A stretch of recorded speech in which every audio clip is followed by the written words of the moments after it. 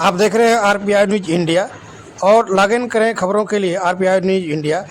आइए एक खास रिपोर्ट संवाददाता बलिया ईश्वर चंद की। सबसे पहले मैं आपका परिचय जानना चाहूँगा। मेरा नाम रोशन लाल है। मैं पेशे से अधिवक्ता हूँ।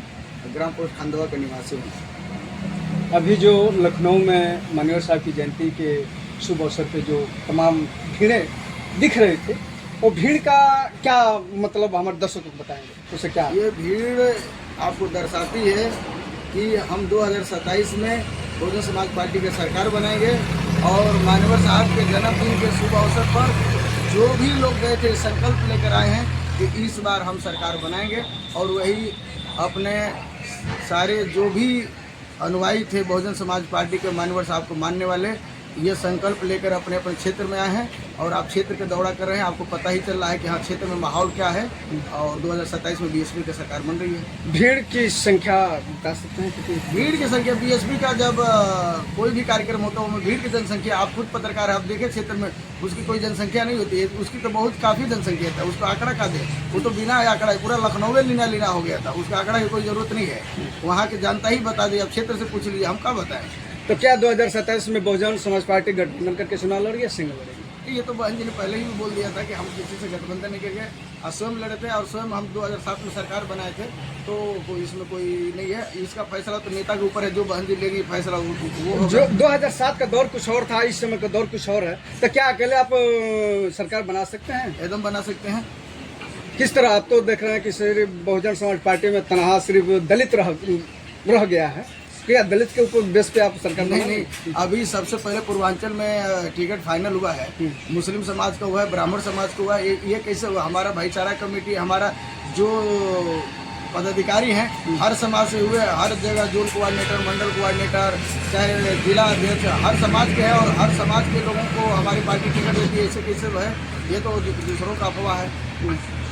27 में किन किन दलों को, चाहे किन किन लोगों को जोड़ने का प्रयास करेंगे आप? हम सारे बहुजन समाज पार्टी का ही नारा है, सौर समाज की पार्टी है, सर्वजन चाहे सर्वजन सुखाए, तो सबको लेकर चल रहे हैं, सबके साथ हम हैं। अभी आप कह रहे हैं कि सौर समाज की पार्टी है, बाकी देखा जाए कि तमाम जाति के पार्टियां बन गई है और सारे लोग अलग अलग अपने आलाप लगा रहे हैं। ये भारत का ऐसा ही सिस्टम है कि जब कोई रहता है जिंदा तो कोई नहीं पूछता है। आज देखिए मानवर साहब जब थे और मानवर साहब के जाने के बाद आज देखिए सारे दल की क्या मजबूरी कि सब उनकी प्रतिमा पर पुष्प अर्पित कर रहे हैं, उनकी जयंती मना रहे हैं, उनकी बातें कर रहे हैं। तो वही इसी तरह है, इसमें कोई से ये नहीं है और सरकार हम 2027 में बना रहे हैं।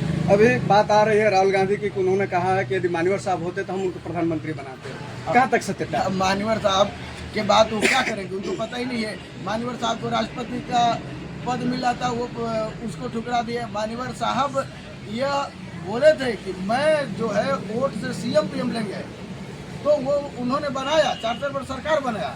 उनको पद प्रतिष्ठा से थोड़े ना लालच है, वो महापुरुष है। इसी वजह से तो उनको सब लोग पूछते हैं, हर एक दल की जरूरत है और उनकी बनाई हुई बहुजन समाज पार्टी है। और पहला एक ऐसा नेता है कि जिनकी बनाई हुई पार्टी को सारे लोग आज पुष्प चढ़ा रहे हैं, उनकी जयंती मना रहे हैं। ये महापुरुष है, इसी से तो उनको मानवर साहब कहा गया। तो क्या 2027 में कंफर्म है कि सरकार बहुजन समाज पार्टी की बनेगी? एकदम सरकार बनेगी, इसमें से कहीं से आपको विरोध नहीं है, कोई दिक्कत नहीं है। चारों तरफ से हवा चल रहा है और सरकार बनेगी। अपना परिचय बताएं। मैं दिनेश कुमार भारती, बहुजन समाज पार्टी का मैं बेलथरा और विधानसभा 357 का प्रभारी हूँ। अभी देखा जाए कि लखनऊ में तमाम भीड़ उमड़ी थी जो मान्यवर साहब का जयंती मनाई गई है, तो इसमें हमारे दर्शकों को क्या बताना चाहेंगे, उस भीड़ का क्या मतलब? पहले तो सबसे पहले मैं आपको, आपके चैनल को, आपके दर्शकों को मैं धन्यवाद देता हूँ।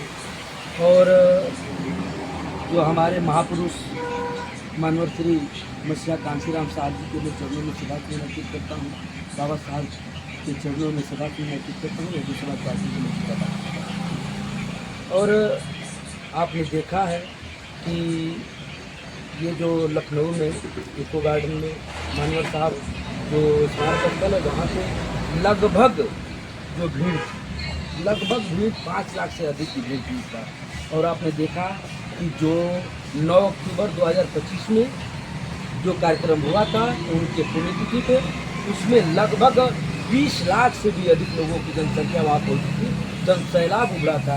और इस हिसाब से पूरे देश के लोगों ने ये कहना शुरू कर दिया था कि बहन जी का जो पाँचवीं बार बहन जी सरकार बनाएंगी, तो निश्चित रूप से ये साबित होता है कि हम लोग 15 मार्च को जो मानवर साहब के जयंती पे हम लोगों ने जो अपनी उपस्थिति दर्ज की है, उससे प्रयास लगाया जा रहा है। उससे बिल्कुल जो लोगों में इतना काफ़ी जुनून है, जोश है, जज्बा है, जो उत्साह है, ये दिख रहा है कि 2027 में बहुजन समाज पार्टी की सरकार बनेगी। मैंने आपका कहने का मतलब कि जो भीड़ दिखी इस बार, वो भीड़ 2027 को परिवर्तन करने की बात। बिल्कुल, सभी लोगों के मन में एक उत्साह था, सभी लोगों के मन में एक ऐसा साहस था, बल मिला था। बहन जी ने एक आह्वान किया था कि आप लोगों को आकर के कांसीराम साहब जी के जयंती पर सदा सुमन अर्पित करना है। तो सभी लोगों ने ये नहीं देखा कि बहन जी वहाँ आएंगी नहीं आएंगी, हमारे जो बड़े लीडर आएंगे नहीं आएंगे, लेकिन सभी लोगों के मन में एक ही चाह, एक ही आशा जगी थी कि बहन जी ने जब बुलाया है हम लोगों को, तो हम लोगों को वहाँ पे अपनी उपस्थिति दर्ज करानी है। और इससे पूरे उत्तर प्रदेश में भूचाल आएगा, और भूचाल आ भी गया है। हम लोग 2027 की सरकार में क्या 2027 में बहुजन समाज पार्टी गठबंधन चुनाव लड़ेगी या सिंगल लड़ेगी? देखिए, ये तो बहन जी का मामला है, क्योंकि बहन जी हमेशा कहती हैं कि यदि आप बैसाखी की सरकार बनाएंगे तो आप अपने हक हबूब की लड़ाई नहीं लड़ पाएंगे। तो बहन जी हमेशा कहती हैं कि आपको अकेले रह करके लड़ाई लड़नी है, अकेले सरकार बनानी है, और जब आप अकेले मजबूत होंगे तो पूरे अपने हिसाब से जनता को, अपने समाज को, सर्व समाज को मजबूत करने की बात करेंगे। क्या सर्व समाज का वोट आपको 2027 में बहुजन समाज पार्टी के झोले में जाएगा? बिल्कुल बिल्कुल, आप देख लीजिए, पश्चिम से लेकर के जो पूर्व तक, चाहे किधर आप देख लीजिए, पूरे उत्तर प्रदेश, पूरे भारत में देख लीजिए कि सर्व समाज के लोग दिन रात आए दिन बहुजन समाज पार्टी की सदस्यता ले रहे हैं। और आए दिन हम लोग देख रहे हैं, कोई मंडल कोऑर्डिनेटर बन रहा है, कोई जिला अध्यक्ष बन रहा है, कोई प्रभारी बन रहा है, कोई उपाध्यक्ष बन रहा है। तो आए दिन ऐसा हो रहा है। तो बहन जी ने निश्चित रूप से सर्व समाज को भी जोड़ने का काम किया है। हमारे सतीश चंद्र मिश्रा हो, विश्वनाथ पाल जी हो, या फिर हमारे विधायक उमाशंकर सिंह जी हो, सभी लोगों ने इस बहुजन समाज पार्टी में जोड़ने का काम किया है। और बिल्कुल दिन प्रतिदिन ये देखने को मिल रहा है कि बहुजन समाज पार्टी ये कारवां आगे बढ़ रहा है। अभी देखा जाए कि जो भी लड़ाइयाँ लगी है, लड़ाई को लेकर के सिलेंडर के लाले पड़े हैं भारत में, तो ये सिलेंडर का जो मामला आया है, कहाँ तक, कितना सत्य है? देखिए, ये तो हम कहेंगे कि ये हम लोगों का बहुत बड़ा दुर्भाग्य है कि हम लोग जो पुराने समय में 850 इस तरीके का हम लोग सिलेंडर लेकर के आते थे और जीवन यापन करते थे। सिलेंडर के लाले नहीं पड़े हैं। ये युद्ध का मामला नहीं है, ये युद्ध दूसरे देशों में हो रहा है, ये मामला वहाँ नहीं है।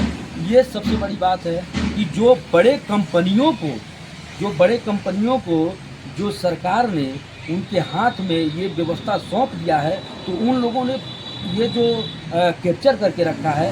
और ये महामारी होने का मतलब है कि उन लोगों ने स्टोर कर लिया है। जब स्टोर हो जाता है तो समस्याएं उत्पन्न होगी। वो लोगों को जनता तक पहुंचाने के लिए ज़्यादा दाम में बेचने का काम करेंगे। ये सरकार की मंशा है और ये आए दिन बिल्कुल पीड़ादायक है। पंगु बनाने का काम पूरी सरकार पूरे भारतवर्ष के लोगों को कर रही है। देखा जाए अभी रिचार्ज पे 50 रुपया हर रिचार्ज पे बढ़ाया गया है सरकार द्वारा, तो क्या इससे लोगों को बेनिफिट होगा या नुकसान होगा? अरे सर, आप जानते हैं कि जो मोदी जी की सरकार आई, तो जब आई तो इन्होंने क्या किया कि अडानी और अंबानी जी की ऐसी व्यवस्था बनी, जीरो बैलेंस पे आप लोगों का जो मोबाइल हो की रिचार्ज हो जाता था। और जब हुआ तो ये आदत सी डालने की व्यवस्था जो बन गई कि आपको केवल जियो का ही लेना है, जीरो पे मिल रहा है। लाइन लगा करके लोग, हुजूम बना करके लोग लेते थे। और उसके बाद से 399 का 299 का रिचार्ज बढ़ा, ऐसे बढ़ते गया, फिर 50 रुपये का बढ़ गया है। तो इससे हमारे आम जनमानस में ये बिल्कुल जो है कि स्थिति गड़बड़ाती जा रही है। अब गरीब जनता कहाँ से इतना व्यय कर पाएगी? तो इसके साथ मैं बता दूं कि ये बिल्कुल गलत हो रहा है। पूरे हमारे जनता को जो है कि परेशान किया जा रहा है, ऐसा नहीं होना चाहिए। और ये जो 50 रुपया पर डे जो 50 रुपया अभी बढ़ा है, ये गलत है, इसका मैं घोर निंदा करता हूँ। जानकारी के लिए बहुत बहुत धन्यवाद आपको।